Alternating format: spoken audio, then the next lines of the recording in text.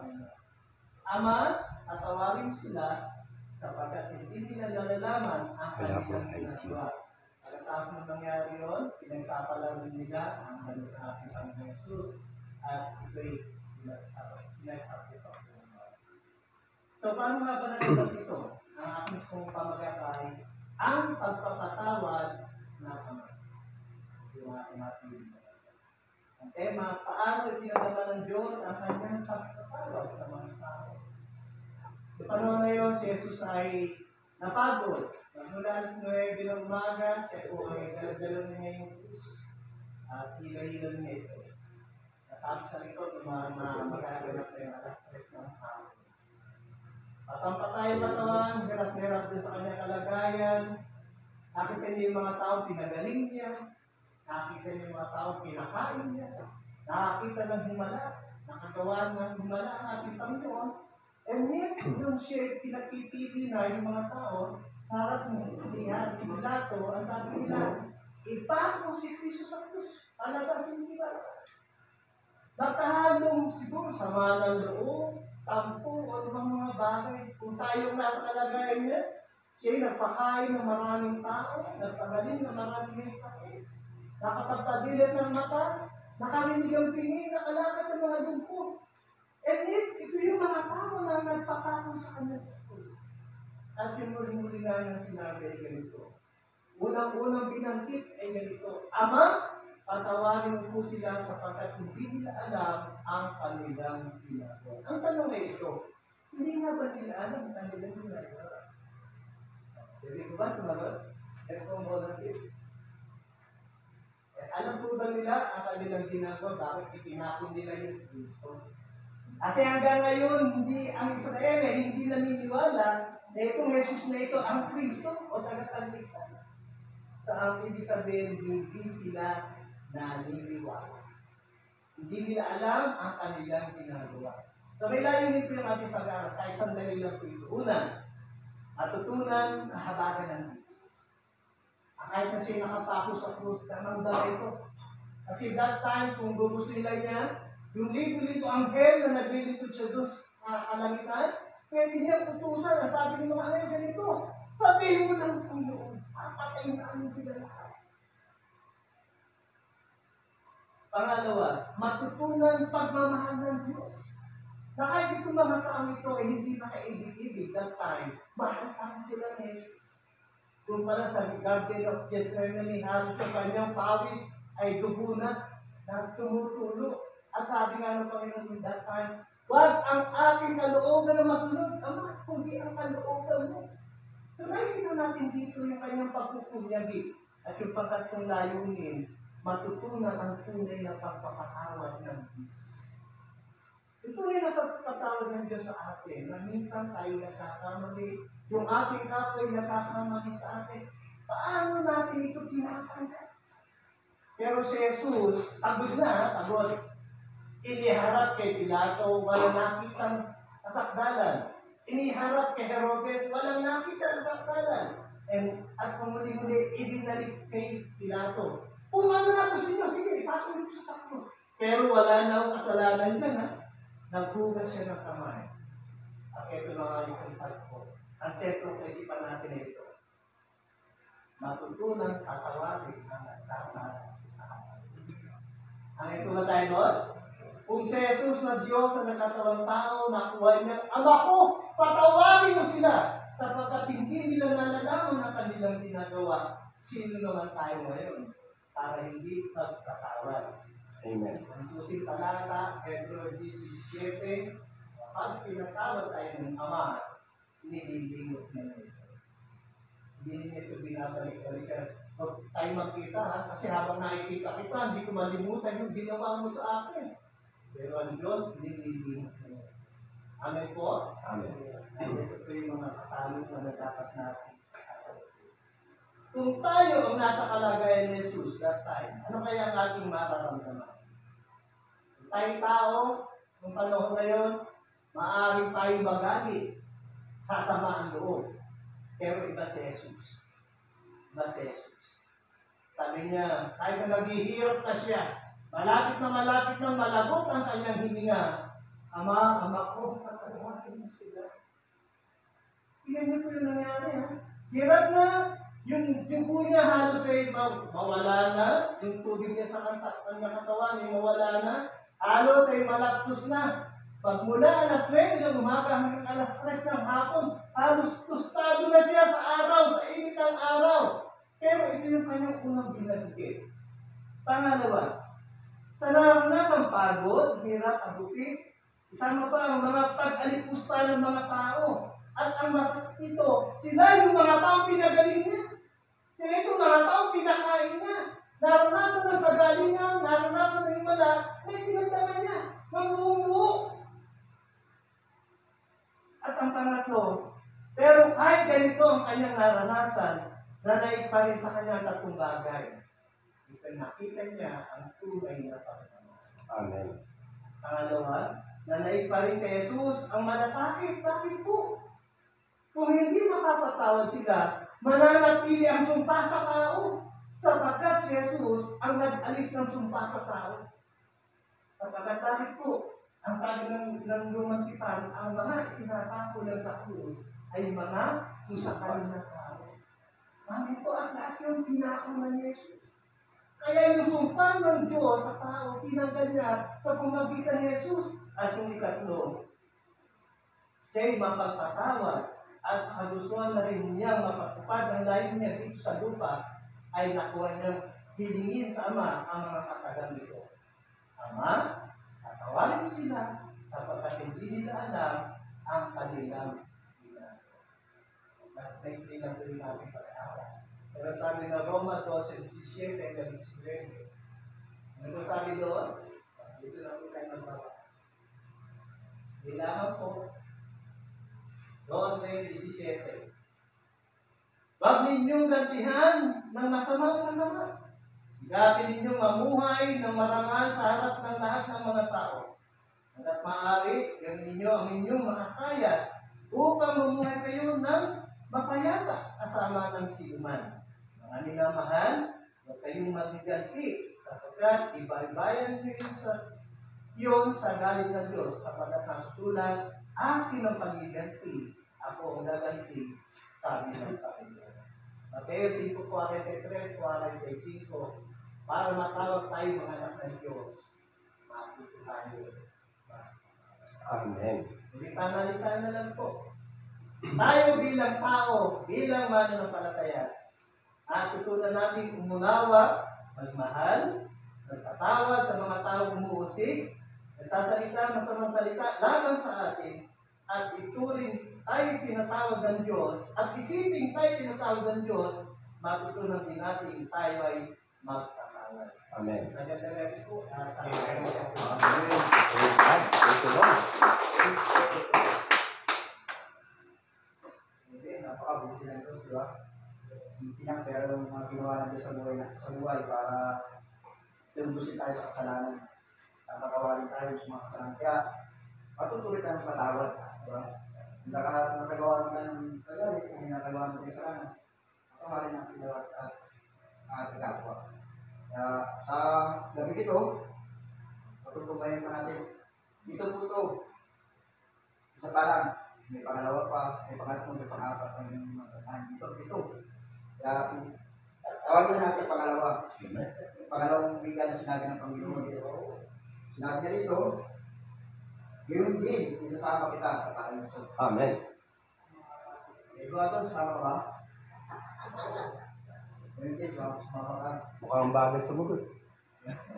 Kaya tawagin po natin, na natin pangabalit, tawagin po natin ang ating Elder Sen. Ay po ay manalangin. Panginoon, salamat sa ito. Sa mga mo kami sa pag-aaral ng mga salita. Bigay mo kami ng kamalungan at kaalaman ng nangyayari sa iyo. Maraming salamat sa pangalan ni Jesus. Amen. Praise God. Ako lang palang babae, Bisha. Kaisa-isa. Dapat mga babayang pinili mo, Bisha. Lahat tumanggi. Oo, kasi first time, di ba? Pinabunod ko lahat nag-excuse. Ipinasa sa kanilang mga kabiyak. Parang may siya, meron ka naman.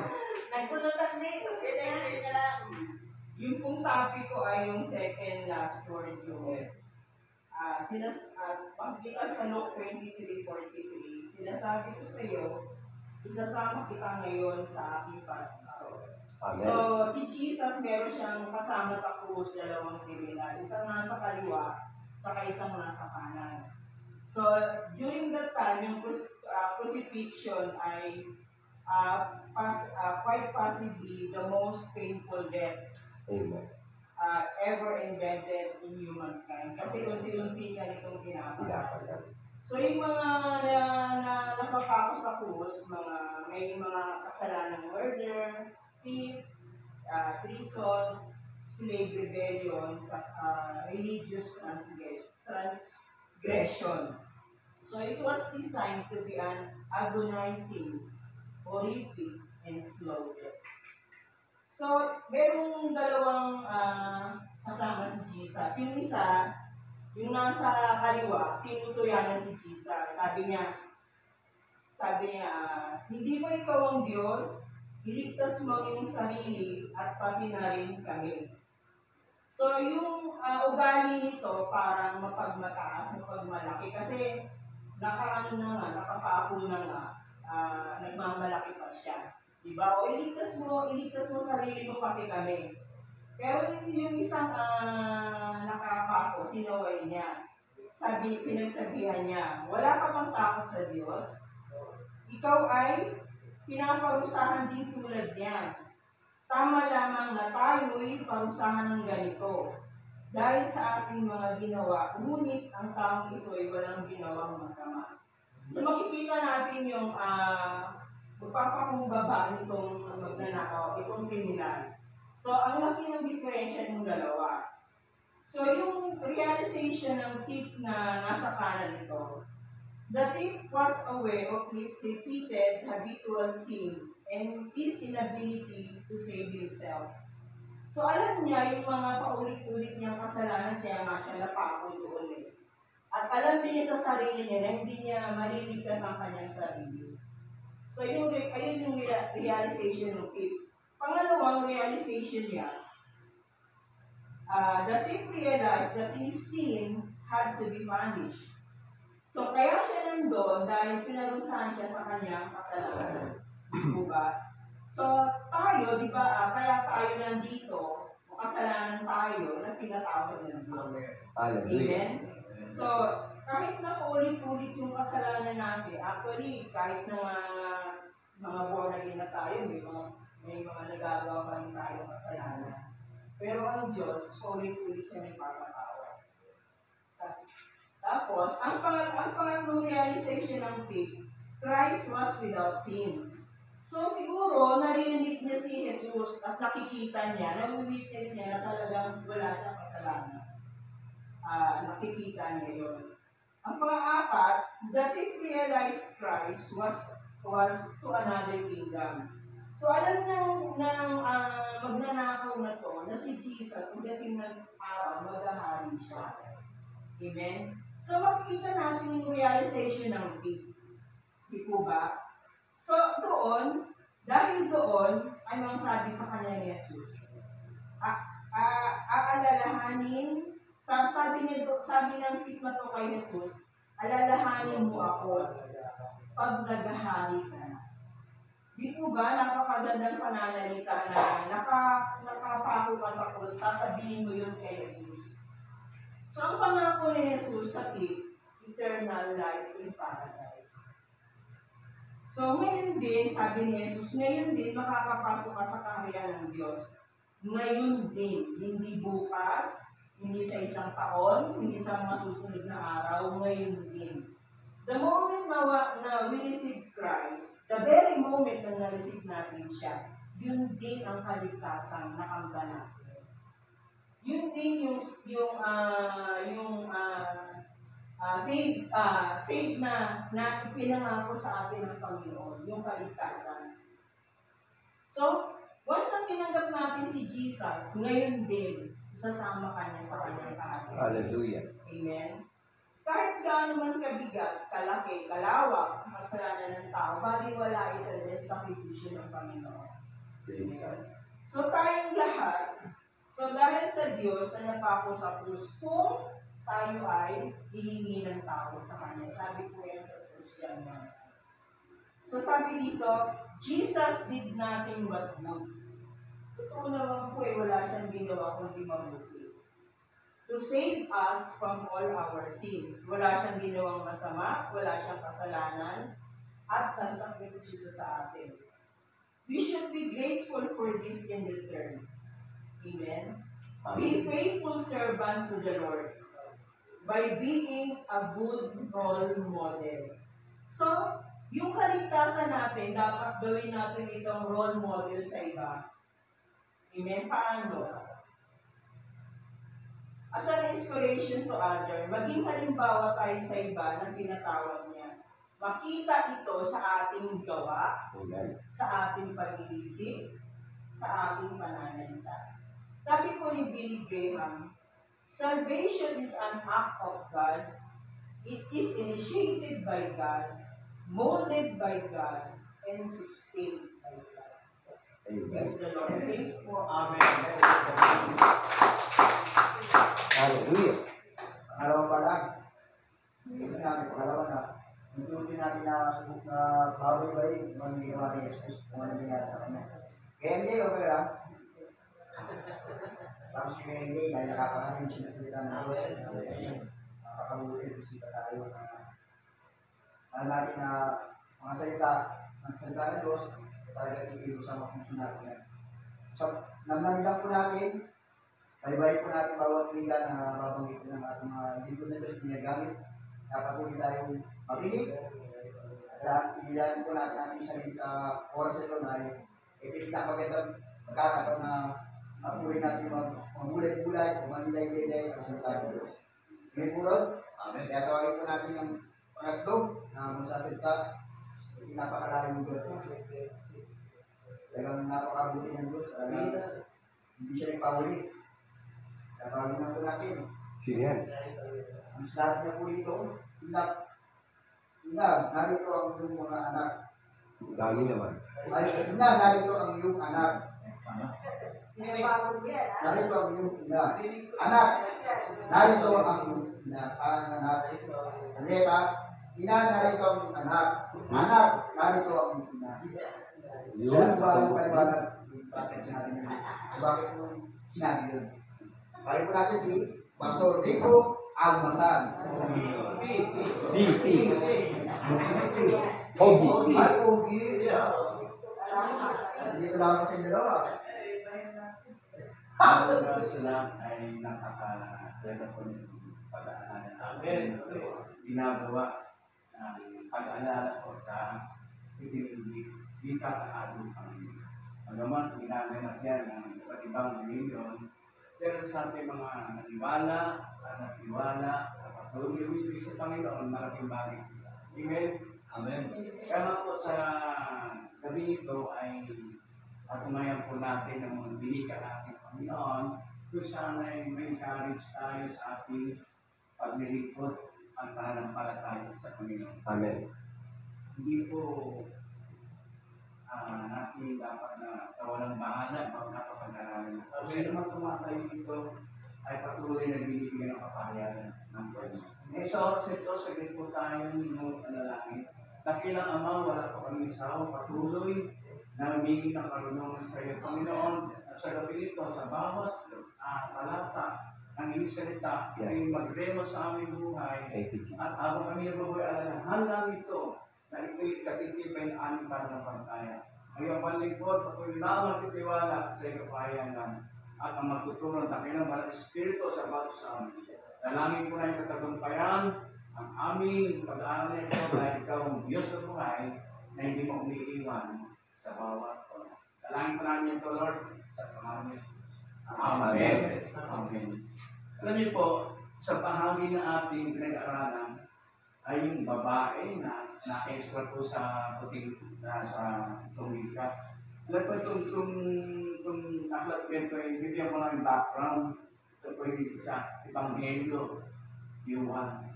Bakit po Ebanghelyo Yuhan? Nakasama po ni Jesus si Juan. Kaya malalim kanilang kaalaman sa pagdating po sa salita ng Panginoon. Ang sabi po dito ay sa verse 19, verse 25, John.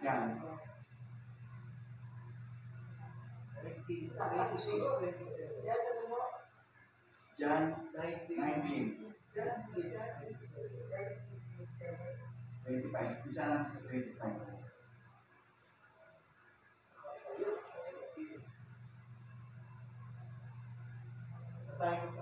Sige po, Pastor. Nakatayo sa tabi ng krus ni Jesus ang kanyang ina at ang kapatid nitong babae, si Maria na asawa ni Cleopas, at si Maria Magdalena. Nang makita ni Jesus ang kanyang ina at ang minamahal niyang alagad na nasa tabi nito, sinabi niya, "Ina, narito ang iyong anak." At sinabi niya sa alagad, "Narito ang iyong ina." Laloon, pinatira ng alagad nito sa kanyang bahay ang ina ni Jesus. Amen. May tatlong babae kung pinanggit, no? Sino yung isang unang ina? Yung ina po ni Jesus. Pangalawa, yung kapatid ng kanyang ina. At pangatlo, si Maria Magdalena. At ang tatlong Maria, nakasugpong po doon sa nagawang pagdurusa, pamamalasakit, Jesus sa katauhan, at sabi nga, maging sa paglakad sa Golgotha, pinapalo, inagduduro, sa mukha. Napakalaga po ng parte ng babae sa ministeryo ni Jesus. Kaya ang mga babae ay tulong po yan sa iglesia. Tulong po yan sa pag-akay natin sa espiritual na bagay sa ating pamilya. Alam po, napakasarap po sa ating buhay na may kasama tayong babae. Amen. Wow. Amen. Sapagkat ang babae ko ay regalo ng Diyos yan. Yes.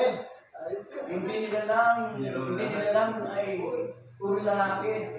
Kasamang babae. Para masihan ang lalaki. Kalakpak natin katabi natin mga asawa. Amen. Amen. At ito pa. Para nakasimangot si Ate Lisa. Ang mabait na asawa ay regalo ng Diyos.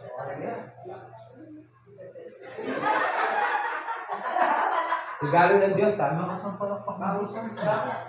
pumalakpak, mahina pa, daliri lang.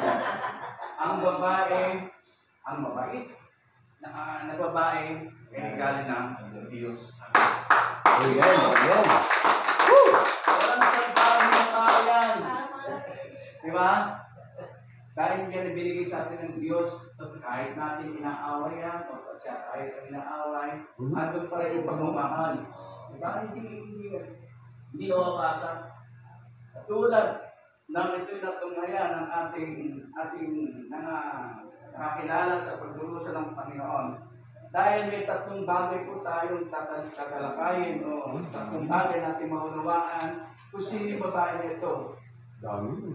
Tatlo, di ba?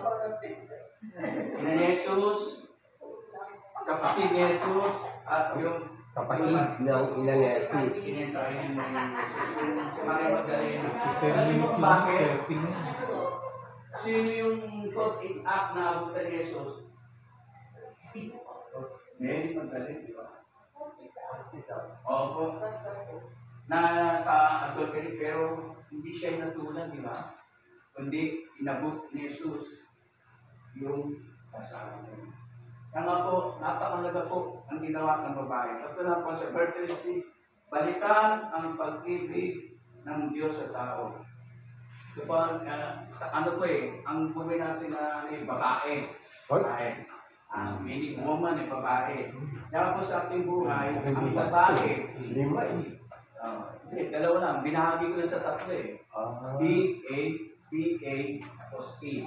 Babae. Kasi pag inabot ko ng 5, mahaba, hindi pa makakabot, magagagabihin eh. Binigyan lang sa atin, may 5 oras eh. Example naman, balikan ang pag-ibig ng Diyos sa mga tao. Bakit po? Dahil ang pag-ibig ng Diyos ay patuloy pinadadama sa mga babae. Dahil ang babae po, bahagi po yan sa pamamahal sa kanyang anak. Wala pong ina na hindi nagmamahal sa anak. Kaya nga po sa paghihirap ni Jesus, iyak na iyak si Jesus. Habang nakikita yung paghihirap, di ba? Kung imagine natin talagang andun yung pagdadalamhati. Ngunit, hindi po pinakita ni Jesus na siya umiiyak. Pinakita niya yung talagang pag-ibig niya, pinakita niya dapat niya mangyari sa bagay na ito upang patuloy madama ang pag-ibig ni Kristo sa katotohanan. Kaya nga po, si John, yung alagad, sabi nga matapos na nakita yun, pinakita niya ang pag-ibig sa kanina, pinapasok sa tahanan. Di ba? Papasok niya sa tahanan yung babae ni Jesus. Tayo mo namin si Jesus kundi pinakita yung patuloy ng kanyang pamamalasakit sa Ebanghelyo at pamamalasakit sa kaligtasan ginawa ni Jesus at ginamit ang babae. Nung muling pagkabuhay, sino ginamit? Babae naman. Babae sila po yung mga alagad, wala yung lang pagkabot ng babae. Kaya nakalaki ng part ng babae maging sa ministeryo. Kaya nga po, at sa 25 kami, bagtasin ang mga hirap ni Kristo sa kaligtasan ng sagkatauhan. Bagtasin natin, mula sa umpisa hanggang sa lahat. Pag yan po nalaman natin, ganun pala kahirap ng ating Panginoon upang tayo ibigyan ng pagmamahal at kaligtasan sa ating kaluluwa. Na hindi tayo mapahama. Kaya nga po yung John, sabi nga, dinanin for God sa love, di ba? Sa book of John, dahil pinakita ang tunay ng pagka-Diyos at tunay ng pagmamahal ng Diyos sa bawat isa. Isa na lang po, last na lang, ipakita ang pagmamahal sa bawat isa. Bisaya man din. Ipakita. Pero po, kayo dito, Bisaya ko na. Bisaya man, uy! Pero ang mahalaga po, makipakita natin. Bisaya man. Makipakita natin. At hindi na maipakita, madama ang diba? Madama. Ito po yung madama ang pagmamahal ng bawat isa. Hindi po tayo dapat nagtatanim ng mahabang kahit hindi tayo nagtatanim ng mahabang lahat. Hindi pakita natin yung pag-ibig ng Panginoon. At sorry na lang. Pastor, sasakto yun, yung babae. Ehemplo ipakita. Ehemplo ipakita. Sige, ehemplo ipakita. Maraming salamat, Bishop. Sakto yun, Sa babae. ating sa conclusion ay manatili tayong nakatayo sa pananampalataya hanggang sa parito ni Kristo. Amen. Dahil nanatili nakatayo sa tabi ng krus, kita kong bahay at madama ang ginawang paghihirap ng ating Panginoon. Hindi iniwan. Amen. Walang Kaya iwan. po, napakalaga po ng babae sa ministeryo. Maraming salamat. Marami tayong babae. Amen. Oh? Marami tayong babae. Nagmamahal sa iglesia. Amen. Hallelujah. Nakikita ko ang pagmamahal ng mga babae sa Diyos at sa gawain. Puri ng Panginoon, yan po. Hallelujah. Marami kaya talaga yung mababayaan, di ba? Hindi ko ng Diyos. Pag nasa Diyos ka talaga, kahit hindi na makakasama mo talaga, mapapawid talaga, nakakabuti ng Diyos. Kaya napakabuti din ng Diyos talaga na tayo po yung bumabaybay na po na tanggap ko na, may pagkakatabi tayo. Oh, huwag kang magkakamali dyan. No. G yan, G. Siyempre,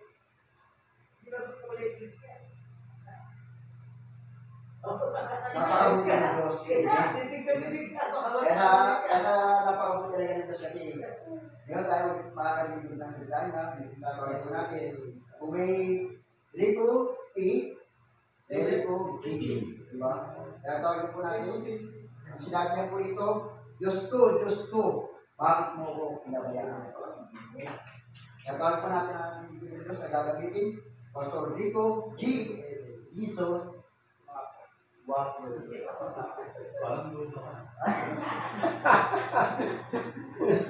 Ang laki. Ang laki.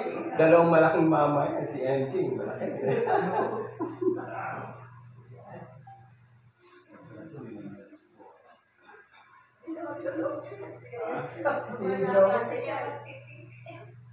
Magandang gabi po. Alam natin lahat, siguro nasabi na, ngayon, itong season na to, inaalala natin yung pagpapakahirap, pagpapakasakit ng ating Panginoon para sa ating kaligtasan.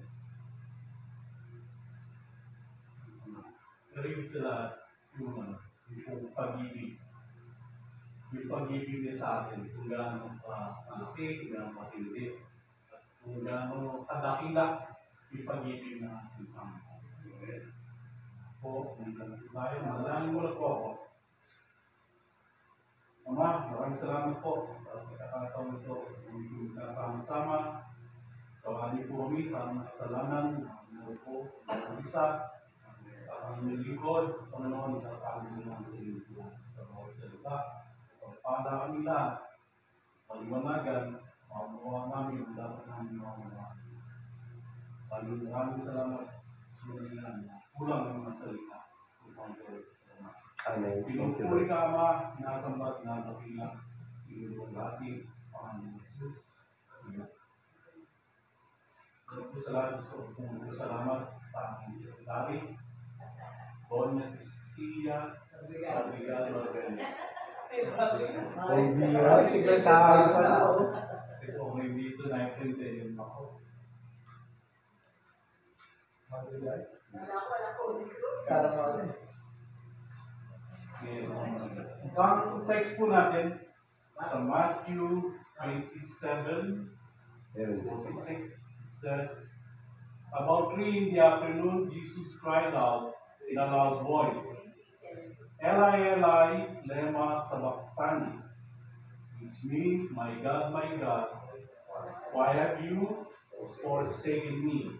Tagalog, Diyos po, bakit niyo po ako pinabayaan? Ngayon po, sa text na ito, hindi na ako naging ng titulo or whatever. Ang ano po kasi ang dapat natin makikita dito, katanungan. Talaga bang pinabayaan ng Diyos ang Panginoong Jesus? Did God forsake His Son? At ang tanong, and why? Why God forsake His Son? If the answer is yes, and the other question is why? Why God forsake His Son? Sa Psalm 22 verse 1, mababasa rin po, my God, why have you forsaken me? Why are you so far from saving me, so far from my cries of anguish? Ito po yung prophetic psalm ni David para po sa ating Messiah. Kung mabasahin po natin yung Psalm 22, makikita pa rin po doon yung may ibang prophetic words na sinabi po ni David again sa ating Panginoon. Sa ating Panginoon. Sama natin yung mga damit ng happy-happy. Now when Jesus spoke the word, my God, why have you forsaken me? It might have resulted from the horrible pain and suffering He suffered before and during His time on the cross. So na po yan, nabanggit na, actually, bago magpasan si Jesus ng cross, ng krus, siya naghihirap na. Diba, bago pa ibigay sa kanya yung krus, ang dami nilang tinanggap na palo at yung tinik na hindi ko na rin sa kanyang ulo.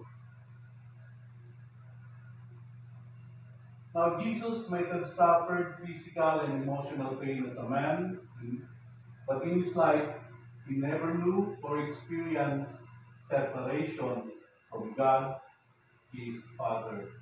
So, sa kanyang earthly life, pwede siyang makaranas ng sakit, physical and emotional. Pero kahit kailan sa buhay na yon, during his life on earth, hindi niya naranasan ang mapalayo sa kanyang Diyos Ama. Jesus might have spoken these words to quote the prophecy of Psalms 22, to proclaim to all the Jews around him during those times that the fulfillment of this prophecy was happening right before their eyes. Ito ba yung mga Israelita, they are very well versed sa Scripture, sa Old Testament. And Jesus quoted this verse para tulungan sila na malikon na yung prophecy na sinasabi sa Psalm 22 ay nangyayari sa mga oras na yun sa kanilang panahon na. Ngayon, nangyayari po yun in their very eyes, sa kanilang kitang-kita po nila ito.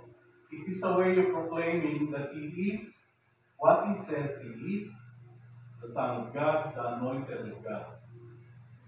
So, pinuproklama lang po ng ating Panginoon yung sinabi niya kung sino siya, that He is the Son of God. Ang pinagpala ng Diyos, ang pinili ng Diyos. May mga assumption po that God forsake His Son because God hates sin and Jesus became sin for all of us. God cannot look on sin and thus God forsake His Son. So yun daw po, kaya pinabayaan ng Diyos ang kanyang anak. Pero po kung babasahin natin ang mga following verses, ma-realize natin na ang Diyos Ama kahit kailan ay hindi pababayaan ang kanyang anak. Sa John 10:30, ang sabi po ng Panginoon, I and my Father are one. Amen. And John 18:32, Jesus is talking to His disciples, and He said, you, the disciples, will leave me all alone. Yet I am not alone, for my Father is with me. So sinabi niya sa kanyang mga disipulo, kayo lahat, iiwan niyo ako mag-isa. Pero hindi ako nag-isa dahil kasama ko ang aking Ama. By the very nature po ng relasyon ng God the Father, God the Son, and the Holy Spirit, God the Father cannot forsake His only beloved and begotten Son, especially during those very crucial hours of His life here on earth. It is God's master plan for His Son to suffer for the sake of the sinners, for the sake of mankind, in order to reconcile those who will acknowledge, believe, and receive His Son as their Lord and Savior. So alam na po natin lahat yun. Ito po ang plano ng Diyos Ama, na ang Panginoong Jesus ay magsakripisyo, maghirap, magdusa, mamatay sa krus. Upang ang mga taong tatanggap sa Kanya, ikilalanin siya, tatanggapin, bilang Panginoon ng tagapagligtas ay magkaroon po ng kaligtasan. Amen. Now why did Jesus cry out, my God, why have you forsaken me? Jesus cried out in anguish because of the separation he now experienced from His Heavenly Father for the first time and only time in all of eternity. So doon lang po sa pagkakataong ito na naranasan ng ating Panginoon for a brief moment na makaiwalay po sa presensya ng Kanyang Diyos Ama. It is only in this instance that Jesus did not call God as Father. Doon lang po sa panahon yun na hindi tinawag ng Panginoon ang Diyos bilang Ama. Because the Son had bore all of our sins upon Himself, so God His Father turns back. Dahil dinalang lahat ng Panginoon ng ating kasalanan, ay kinalikuran siya ng Diyos Ama. This mystery is so great that if we will try to fully grasp and understand the reasons behind it, we might end up very confused. So masyado yung malalim yung misteryo itong pangyayari nito. Parang talaga po pipilitin pa natin na unawain beyond what God has given us. Hindi po pinigil sa ating discernment. Baka po tayo mamagis pa, o kaya baka masirang pa tayo ng ulo. So whatever it is that the Holy Spirit has led us to understand, Amen. Amen. yun na po yun.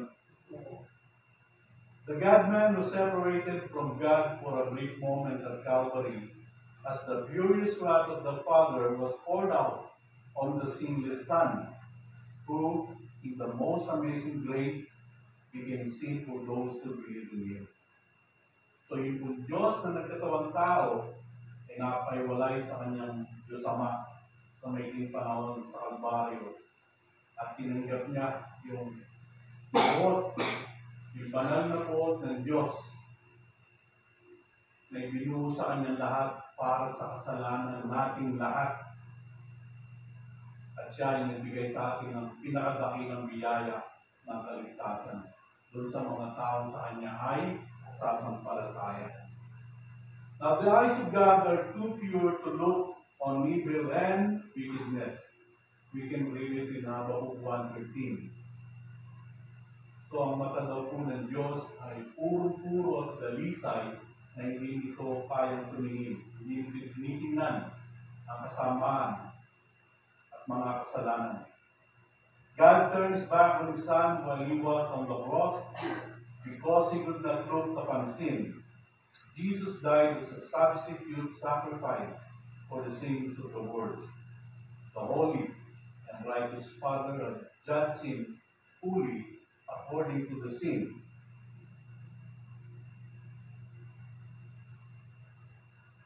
So namatay po siya bilang ating kapalit. Tayo namatay dahil siya po yung pumalit sa atin.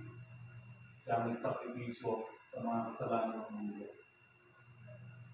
Ang makatwiran Ama, ang banal na Ama, ay natulan siya according to the sins of the world, according to the sins of mankind from all time. Alam po natin yun ba? Mga kasalanan ng mga naunang tao at ng mga kasalanan ng mga ipapanganak pa sa mga darating na panahon. He took it upon Himself our transgressions, Amen. our iniquities. You can read it in Isaiah 53. He was delivered for our transgressions, and He died for our sins, according to the Scriptures. He who knew no sin became sin on our behalf. He is cursed because of us, and He bore our sins in His body on the cross and became the propitiation for our sins.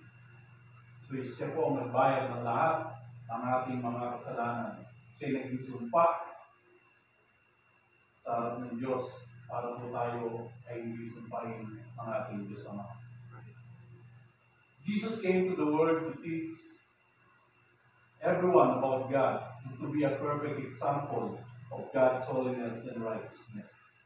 He Himself declared that He came to be a ransom for many. So, alam po ng Panginoon na siya ay katawan ng lupa para iligtas ang marami. The human incarnation of our Lord has already been a partial separation from the Father. He was separated from His divine glory and from face-to-face communion with the Father. So yung pong pagkakatawang tao niya, isa na yung pagkakaiwalay, although spiritually, it's not separation. Dahil ang Espiritu ng Diyos ay nasa sa Kanya. Pero face-to-face, at yung pagpakilibig niya sa Ama, unlike before na siya nasa kalangitan.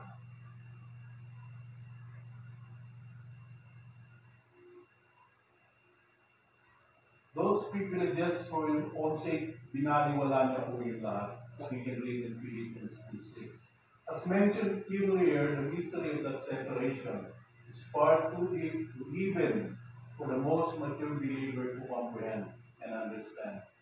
But God has revealed the basic truth of it for us to accept and understand to the limit of our ability under the guidance of His Holy Spirit.